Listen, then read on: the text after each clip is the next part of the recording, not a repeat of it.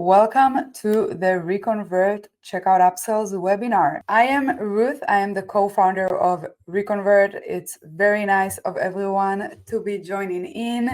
And just a little bit about what we're going to talk in this webinar. We will be talking about the Shopify Checkout Upsells. This is a Shopify Plus exclusive feature that is built on the relatively new native Shopify checkout extensions. And because this is a relatively new feature, it means that a lot of things are changing in a very quick pace and a lot of new features keep being introduced. But we are going to focus today on how to really simply and effectively just launch your checkout optimization, your checkout upsells in a way that doesn't hurt your checkout conversions.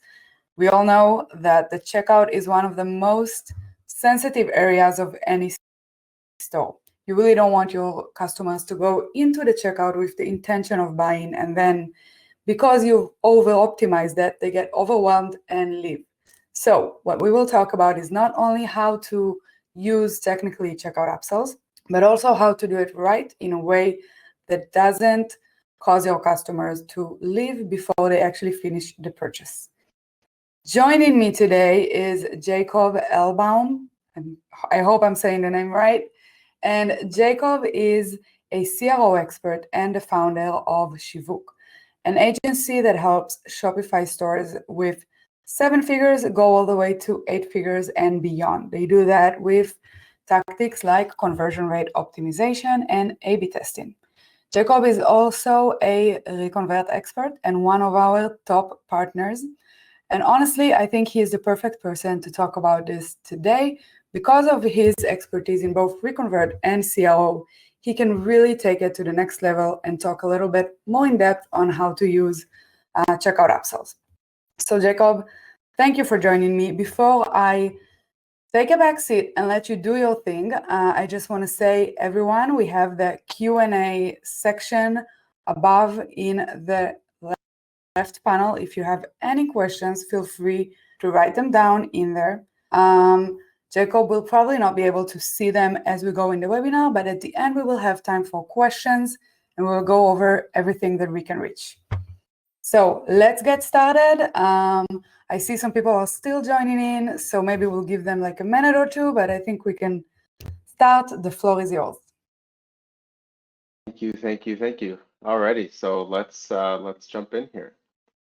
So first of all, the first thing I want to do, of course, is just to kind of give a general overview as to what exactly I'm going to be talking about here. And even before I get into that, I do want to just say that, as Ruth just mentioned, I'm not actually going to be able to see your questions in the Q&A. So if you guys, by the way, just so you know, in terms of the Q&A, it should be in this little box off to the left-hand side. It should be something up at the top that says Q&A.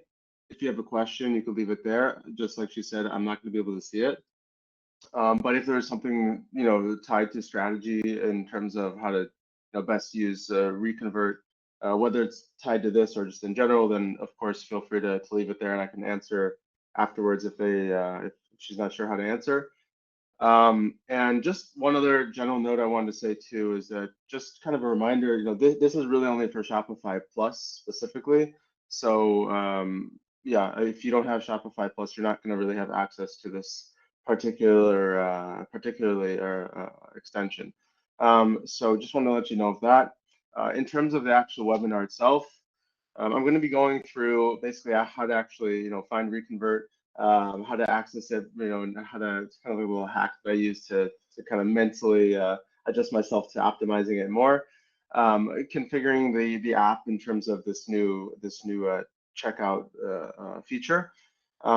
How you can actually see that on mobile. I'm going to kind of walk through that a little bit more, and then we can get into some of the specifics, and eventually at the end, if there are any questions, I'm happy to answer. So let me actually jump in. In a moment, I'll share my screen. Okay, so I hope that everyone sees what I'm seeing. And so yeah, just jumping in here. First and foremost, I'm sure that all of you are probably very, very familiar with this visual right here, getting into your Shopify store. Obviously, we're just using kind of like a dev store here, so not much going through. Probably a lot of you are coming in here. So let's first talk about I want to tell you a little bit about a money hack that I use. So just like Ruth said, I'm a ReConvert expert partner, and what that really means is that I just help a lot of different stores get launched on ReConvert, build some of their funnels and whatnot. And to be honest, from a lot of the different apps that I've personally used, it's one of the only few that I can pretty much implement and know that within 24 hours I'm going to make the client money. And that definitely gives me a lot of confidence and just, goes to show what a great product it is. So I just wanted to mention that, and one of the tricks that I use with myself actually to kind of make sure I'm focusing on optimizing further is the one. I'll show you exactly what that is. So I actually, well, the first thing I highly recommend you do if you don't do this already is click on apps, click on ReConvert, and then as you can see here, these actually used to be different, the Shopify's back end and how you can kind of like have apps sorted off to the side. But now all that stuff is hidden unless you pin it. My personal recommendation is to pin this to your navigation. And that's simply because this way, every single time you go back, you're now gonna see that ReConvert's there and it's gonna force you to mentally think about it.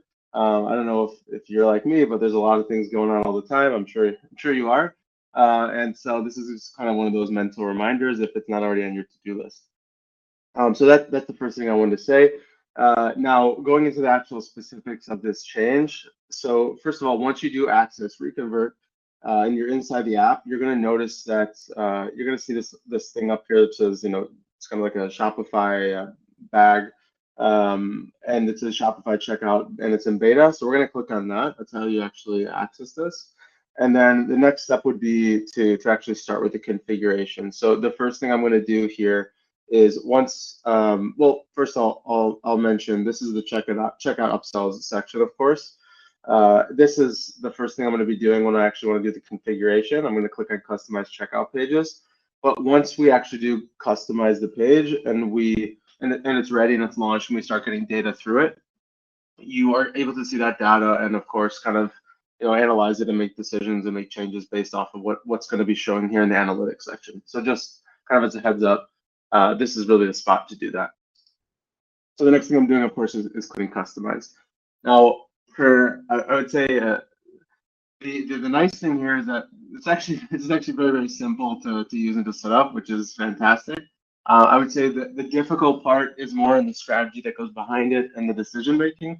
The implementation can be done quite easily, and I would say even on top of that, you have a help video here, and you also have ReConvert support all the time through chat whenever you do need them, if you get stuck with anything. But I do want to just kind of show you the quickest way to get it done so that you can start getting results. And also be one of the first to really take advantage and leverage this. So what you're going to do first is you're going to click on add section here in the bottom, and you're going to click multi-product upsell. And now it's going to basically give you the option to place that multi-product upsell wherever you want on the page. I'll put it here in contact and shipping. Now, once you do that, you are also able to kind of scroll through afterwards and change that, just so you know. Now that I actually have this here, I'm going to first, there's obviously different types of decisions that I'm going to want to make. For example, which product to show and exactly, how I want the description to be, how I want the call to action to be, and so on and so forth. And so that's what basically all of these different options are here for. Before I go into some of the specific sections, I do just want to mention that if you're like a lot of stores, especially those who are on Shopify Plus, you probably drive a lot of your traffic through paid social. In which case, I would assume that a lot of your traffic is also on mobile devices and not desktop.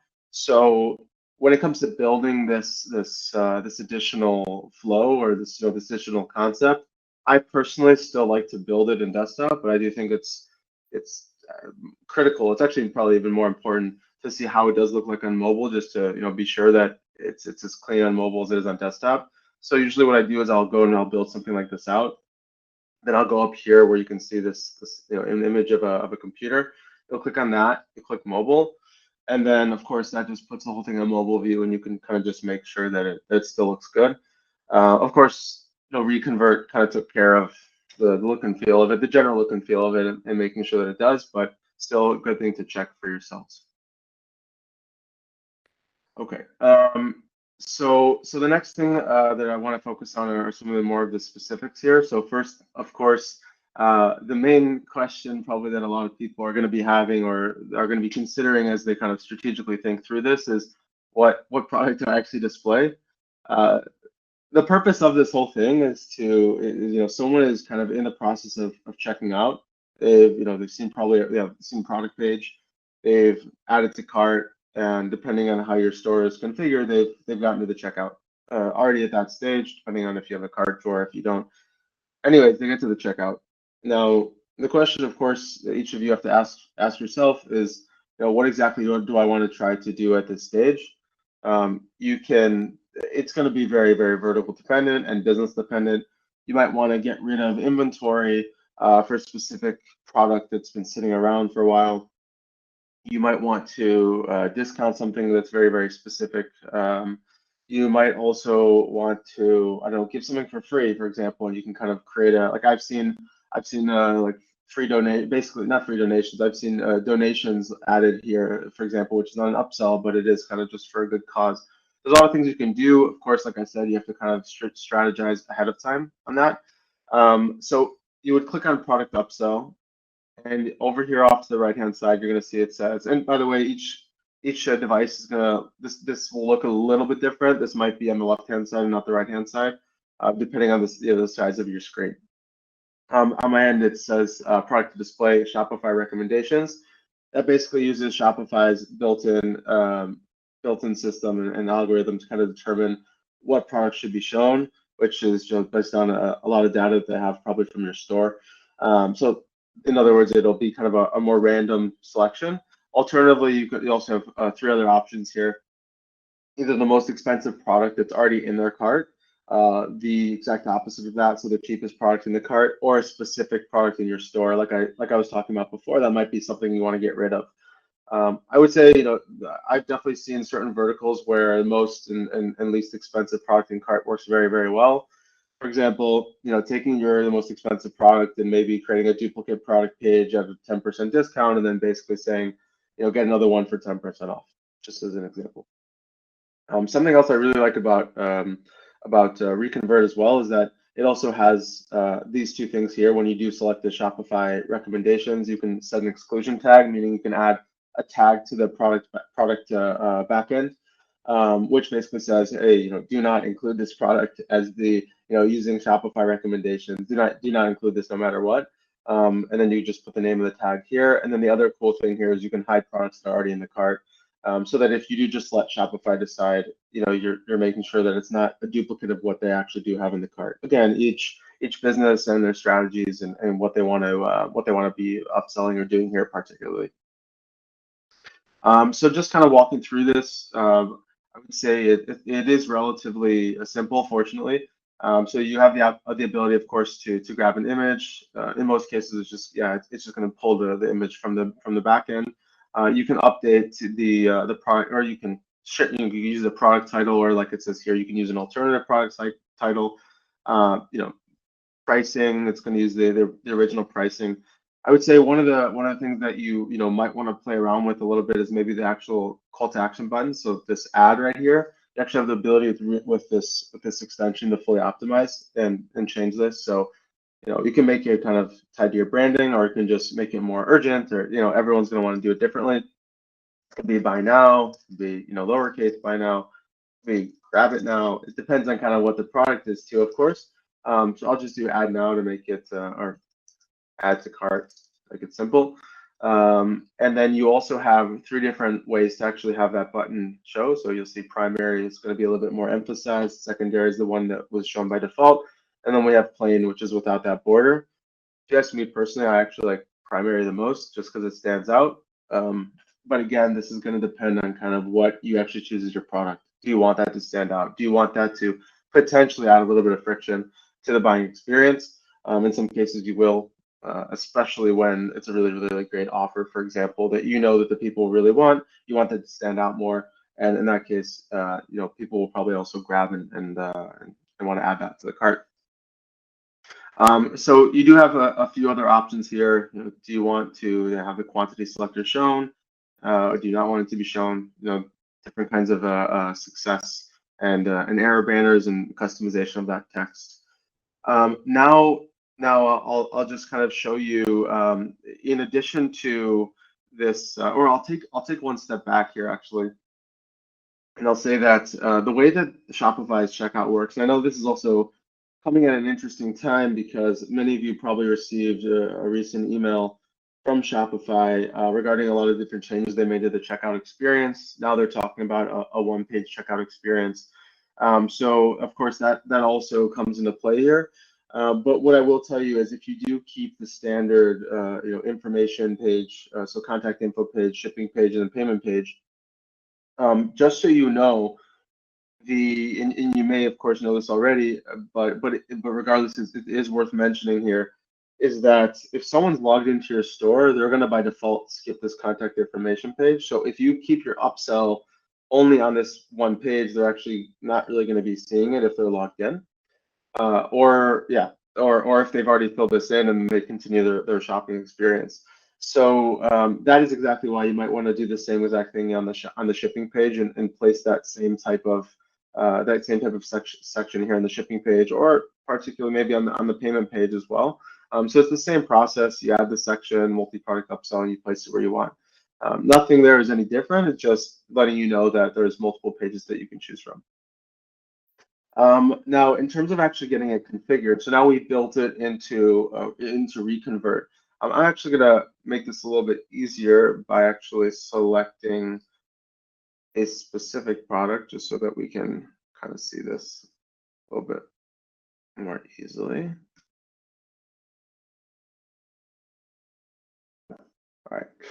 All right. So, and then actually, this is also quite neat. It says here if product's in the cart, and then you can kind of have it shows an alternative. So even if that person had already had that in the cart and you don't want them to see that product again as an upsell, you can actually choose an alternative too. Or you can have it hide altogether. So yes, now that we have this set up in ReConvert, we now want to actually get this configured on the Shopify side. So the first thing that I'm going to be doing is I'm actually going to go and click on multi-product upsell again. And what I'm looking for is to what it says here. It says location to select in Shopify checkout editor, contact and shipping. I'm going to remember that, and that's very, very important. You're going to want to remember that. Okay. Now I'm going to go to the Shopify checkout editor.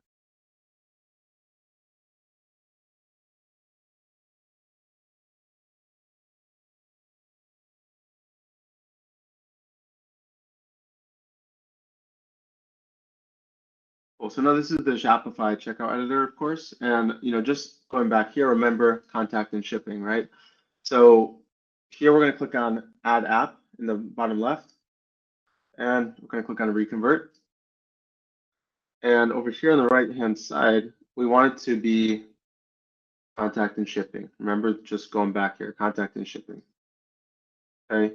Now, when you click contact and shipping, you're also going to want to now, in addition to selecting contact and shipping, so in addition to making sure that this location and this is the exact same, we're also going to want to place it physically on the page in the same place that it was here. So in this case, it's right above the contact information. I'm going to want to do the same thing in this case. So I believe it's going to go right there.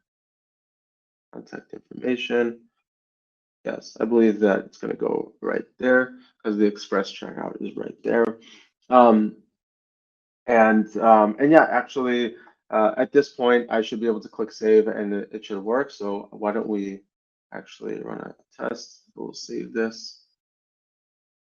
Of course, like anything, if it doesn't work, there are two options. I would say, firstly, go and test it yourself. And you can always try and debug and diagnose. But if you really do come into a problem, of course, you can just reach out to the team at ReConvert. They'll help you in 2 seconds figure it out. So yeah, it really shouldn't be such an issue. Let's actually go to the store directly. So give me a moment. I'll go back here.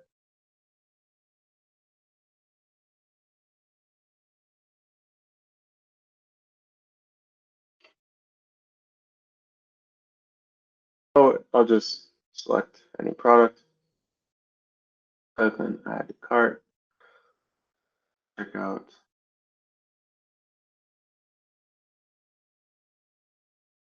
And as you can see, just as I would expect, of course, the express payment options aren't showing because that's just the configuration in the back end for what payment options are available. But just as we expected, it is showing. It has the add to cart like I wanted it. Everything is looking just like I would want it to be. And just so you guys can kind of see, I click add to cart, and just like you would hope and expect, it does get added to the cart here. A really easy way to kind of go about this whole thing, and to leverage this app and this specific new functionality to drive more upsells and increase your AOV, which is something that ReConvert always does very well. But yeah, that's pretty much it on my end. I will now go back and see if there's any questions, but yeah, thank you very much. Thank you, Jacob. Can you see the questions under the Q&A section?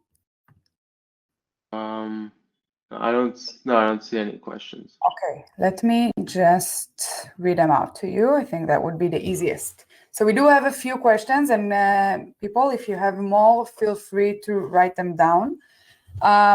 The first question that I see here is, how many offers do you think we should show in each step of the checkout? Yeah, that's a really good question. So I would say, first of all, okay, there's obviously multiple ways of answering this. If you're using some other type of app or tool to show some other offers even before someone gets to the checkout, obviously what you're doing there also impacts how many offers that you should be showing at the checkout. The same goes for the post checkout, which ReConvert does incredibly well. So you want to kind of limit the amount of total offers that you're showing in your store. Otherwise, as you can kind of expect, it becomes a little, I would say it kind of devalues the brand. At least that's my personal opinion. I would say that any more than 2 on the checkout specifically is going to feel a little bit pushed, or kind of like it's going to feel like a little bit cheap. But yeah, also it really depends what you're putting there as an upsell. I've seen stores that, like in theory, their upsells are things that are extremely valuable accessories to the main purchase. So it's almost like, this is the perfect opportunity to just make it really easy for people to buy versus looking at it as a way to just make more money. So yeah, it's like anything, it depends, and you kind of it has to fit into a more holistic strategy. I couldn't agree more. I really think it's a lot about looking at the entire funnel. It's not just about how you optimize the checkout. It's also what you did before the checkout, what you're going to do after the checkout. It's a really good point to add upsells to, because the customer is already in the buying process and they don't have to re-enter their credit card. And it's very smooth and easy to accept an offer at checkout. But I agree that doing too much of it is a recipe to get people to feel a little bit, it makes it feel a little cheap and scammy, and then people might leave. So I definitely agree. The next question that I see here is, are the checkout upsells part of the ReConvert funnel? How can I segment them? Do you want to answer that or me? Maybe you'd be better off answering that one. Sure. So the checkout upsells are not currently a part of the ReConvert funnel. They are going to be part of the total funnel. For people who might not know what that means, in ReConvert, we have the post-purchase funnel, which includes the one-click upsells post-purchase and the thank you page. The checkout is one step before the post-purchase. It is going to be added to the funnel. For now, there are no specific ways to segment that. That's something that we're working on. And what I would recommend doing, just to keep them very flexible and make sure they fit each customer, is using the dynamic options of either Shopify recommendations or the most expensive or the least expensive product in the cart, unless you have only a few products and you know that it's going to fit for any customer who buys from the store. All right, let's move to the next question. Oh, okay, this is actually a good fit with the first one. What are the best locations to add the upsells to, I guess? Yeah. So from the conversion rate optimization perspective, usually anything that you're doing above the fold is going to naturally have more of an impact. And when I say above the fold, just in case you're not sure, I'll show you very, very specifically what I mean by that. Let me share my screen. Basically, again, going back to this concept that I'm assuming a lot of your traffic is going to be coming in from a mobile device. Basically, anything above the fold is actually, this is a very this is a very large fold or first screen, I would say, probably larger than probably taller than a normal actual mobile device. Above the fold would basically mean anything that comes before I actually scroll down. So as you can kind of see, for me, I get to like the title of shipping address. If you actually access your store's checkout on your phone, you can kind of see where your fold is specifically. Also, I assume that in most cases, the delivery method in your store, there's no pickup, and so this whole section wouldn't show. In which case, really my answer is just depending on if it's on the contact, shipping, or payment page. I would say anything that's up the fold above, in that first screen is probably going to have more of an impact. Anything that's below that, you could still get the impact because naturally to check out, they have to go through all those steps anyways. But I personally would just expect less of an impact. And then in terms of the different pages, specifically, I would say going off of the comment I made earlier about some people actually not ever seeing the contact or seeing the contact information page, but if they're logged in, they won't see it again. So as a result of that, probably would I probably would have something on the contact information page, but I would probably repeat that same thing. I would say probably actually on the payment page rather than the shipping page, because the shipping page, from my perspective, it's a quick decision. Whereas the payment page, you might have to kind of like sit on that page a little bit more, which might be a good time to kind of show an upsell. Thank you. There's another question about why couldn't we see the upsell on the Shopify editor? I think I'm gonna go ahead and answer this because I do have a few points to say about this. Checkout upsells work a little bit differently than any of the other upsells that you can use in ReConvert. This is due to the checkout extensions functionality in Shopify. They built it in a very specific way that we are incorporating into. And because of that, you basically have to create the upsell on the ReConvert checkout editor, and then also add the ReConvert extension to the Shopify checkout editor. If you create it in the ReConvert checkout editor, save it, and then go to the Shopify checkout editor and do the entire process that Jacob showed you with adding it to the correct place, you will see it in the preview there. It is going to be visible, but if you didn't save first, then you might have to refresh on the Shopify checkout editor. In the end, if you save everywhere, and worst case scenario, you have to refresh, you will see it. But because this is a bit of a more complex process than we like to create. We like to create very smooth processes where you basically do a click or two and we set everything up for you in the best way possible. We couldn't do that here because of technical limitations. So I really encourage you, and Jacob mentioned that, to use the support. Our support reps are available almost 24/7, and they are very much qualified to help you set everything up. They're not going to do anything that you don't want them to do, but they will help you set things up in the correct place and let you review it before you launch it, just to make sure you get started off with the right foot and that it's as easy as possible. So that's, we can talk about it more here, but I do want it to be very clear that the easiest way to solve these problems, if something is a little confusing, specifically in checkout extensions, is full support. Okay, we have the last question here. Again, we do have a little more time, so if anyone has any more questions, this is the time to send them over. Can we assign one or multiple products to a specific upsell product? Meaning the upsell offer will show up only when those unique products are being already added to the cart. Okay, that's a great question. It's related to, I think, the second question we had. So it is related to adding checkout upsells to the ReConvert funnel, where you can set up different triggers like a specific product. Right now, this is not something that is available. You would have to show the same upsell to all the products that are added to the checkout. As I said, it is in process of building. Like I mentioned in the beginning, the checkout upsells functionality is very new, and we're still working it out, and we're still adding new capabilities. So it's gonna be coming up soon. But for now, the best recommendation is just to use dynamic recommendations so that you can show something at checkout and allow people to edit. Yeah.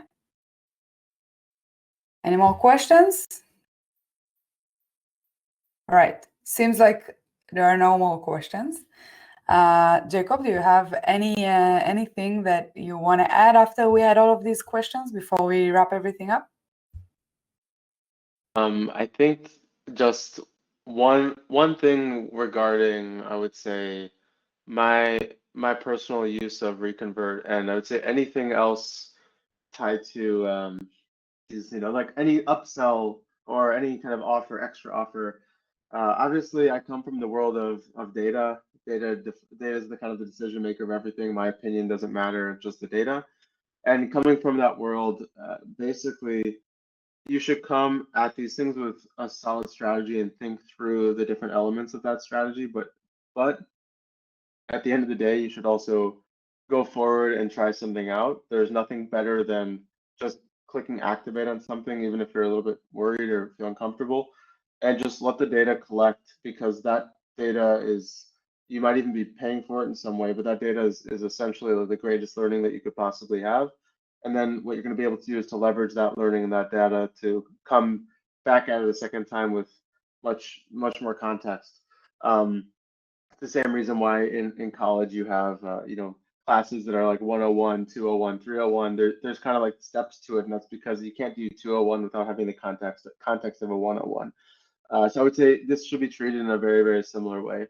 And yeah, I just wanted to add that one general note. That's a very important note, and it also gave time for someone to type down another question. So let's take the time to answer it. Sure. For brands with a more premium price point, do you still see success with upsell at checkout, or do you see more friction because at a certain price point it becomes more considered purchase for customers? And more Sure. considered. Sure. So I just in general, I would say that when it comes to more expensive, higher price points, again, very relative. So that could be $250, that could be $2,500. I'm not quite sure. It could be $25,000 for all I know. I would say that depending on where you are in that range, in most cases, the reasons for why someone wouldn't buy once reaching checkout, it's probably not going to be affected too much by showing an upsell, in my opinion. Of course, there's a lot more consideration that goes into those purchases. The actual amount of touch points that are required for them to make a purchase, it's a much more touch points for those types of purchases, just because there's probably a lot of competitive analysis that person's doing and checking into all some of the alternatives. So what I'm trying to say is I don't expect there to be friction. I don't expect the friction to actually cause a decrease in conversion rate, for example. What I will say is that in terms of it being successful, I think if you have, for example, I'll give you a decent example from a client I've worked with in the past. They were selling like luxury home items. So, for example, saunas for your house, where the ticket item was $5,000, for example.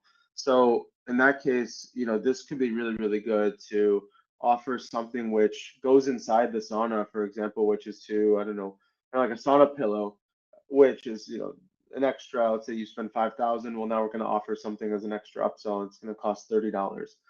In fact, it is even possible that those upsells can be one of your main profit drivers, because in many cases, those more expensive products are kind of, the profit margins aren't that great on them. So you might even use your core product or your core offering as a way to just drive sales, for example, even in some cases with a loss, as some major companies like Best Buy has been doing for many years. But you might actually try to drive a lot of your profits if you have enough volume and conversions coming through. You might be trying to actually drive a lot of your profits from the accessories and from those extra things, which in reality costs you $1, but you charge $50 for, and those $50 relative to the 5,000 feels very inexpensive and insignificant. So yeah, I hope that helps. Thank you. I think that was a great answer. I would add to it that also, even if they end up not accepting the offer at checkout, they might accept it post-purchase. Because if you build a funnel, if you build a full funnel, then they might see the same offer, maybe with a greater discount, post-purchase or on the thank you page, maybe later in their emails. So it's just giving them more opportunities to accept the same offer and add revenue and increase the order value. Okay, so I think we are officially done. I want to thank everyone for joining us today. I hope this webinar was effective and interesting. And Jacob, thank you so much for your time and for your knowledge, being willing to share it.